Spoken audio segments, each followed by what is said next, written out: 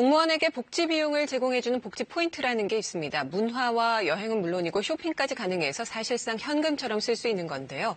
문제는 이 복지 포인트가 과세가 되지 않고 있다는 겁니다. 세법적으로 과세를 해야 마땅한데 아무런 법적인 근거 없이 세금을 걷지 않고 있다고 하죠. 어떤 이야기인지 나라살림 돋보기에서 알아보겠습니다. 정창수 나라살림연구소장 나오셨습니다.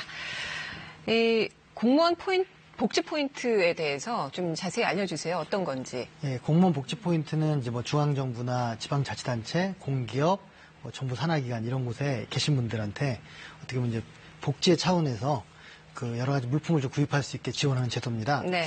근데 원래는 도서 구입이나 여가 이런 거에 지원했던 것이었는데 점점 영역이 넓어져서 쇼핑 같은 항목까지 들어갔어요. 그래서 사실은 특별한 경우를 제외하고는 거의 다 쓸 수 있는 돈입니다. 그렇군요. 근데 공무원 복지 포인트 규모 어느 정도 되나요? 1인당으로 보면 원래 40만 원부터 시작을 하고요. 중앙정부는. 네. 그러면 30년 근무하면 70만 원이잖아요. 아, 매해 만 원씩 올라가니까. 올라가서. 예. 근데 중앙정부는 그런데 지방은 서울시 자치구만 해도 150만 원씩입니다. 네. 그래서 보통은 그 정도 된다고 보면 되는데 그게 이제 전부 합치면 약 한 7, 8천억 정도 지금 되고 있습니다.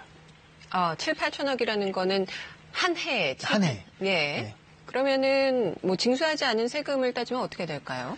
그 중에 한 20% 정도를 세금으로 본다면 네. 1년에 한 1,400억 정도 네. 세금을 안 내고요. 네. 그 한 5년 정도가 시효기간이라고 친다면 거의 5천억 넘는 돈이 거치고 있지 않습니다. 2013년부터 지금까지 거치지 않은 금액이 약 5천억 원에 육박한다 이런 얘기인데 근데 마땅히 걷어야 하는 세금인데 징수되지 않은 이유 어디에 있습니까?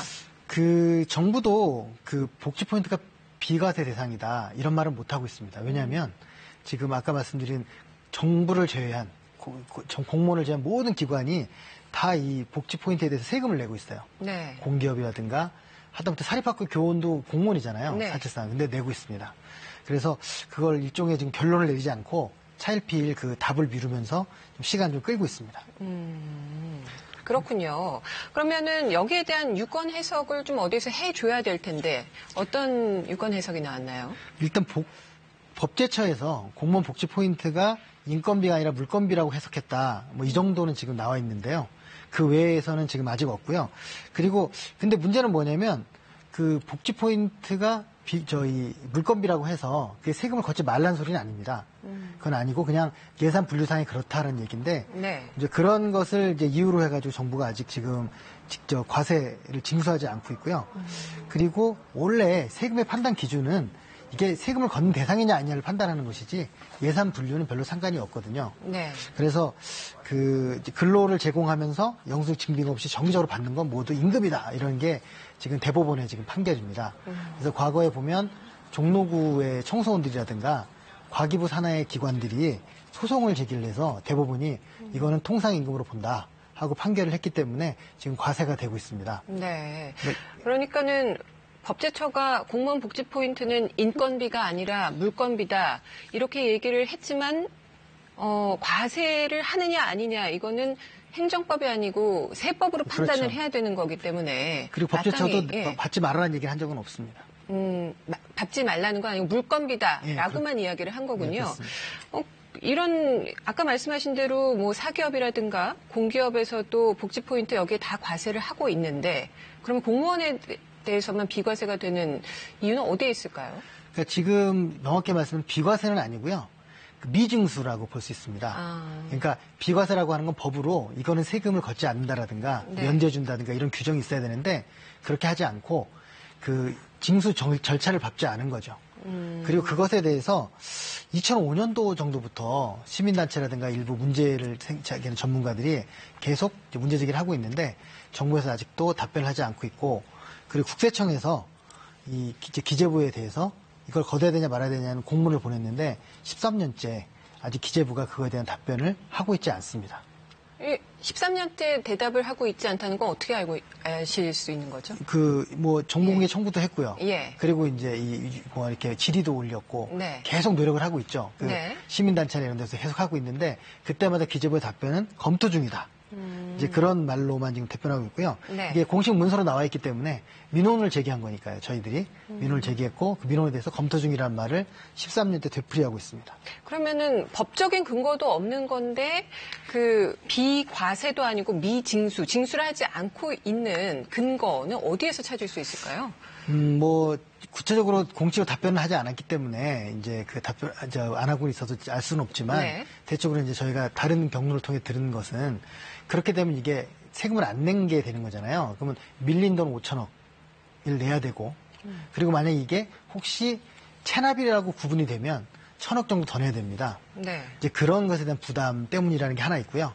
또 하나는 그걸 이제 임금으로 인정해주게 되면 그 건강보험이라든가 이런 것들까지도 지급해야 되기 때문에 이게 부담돼서 그렇다라는 이유가 있습니다. 저는 지금 납득을 하지 못하고 있습니다. 네. 그러니까 국세청과 기재부가 네. 서로에게 답변을 요구하면서 미루고 있는 이런 형국이라고 보게 되는데, 결국에는, 이 가산세까지 발생하기 때문에 결국에는 이거를 계속 미징수하고 있다는 그런 얘기로 보면 될까요? 네. 그런데 저는 꼭 그렇게까지 생각하지 않아도 되는 것이 그 앞에 직급보조비라고 하는 한번 그런 일이 한번 있었습니다. 직급보조비 뭐냐면 고위공무원들이 일을 할 때 업무 추진비처럼 보조를 주던 것인데 그것에 대해서 이걸 임금이냐 아니냐 논쟁이 붙다가 결국은 임금이다. 판결이 내려갖고 지금 과세를 하고 있거든요.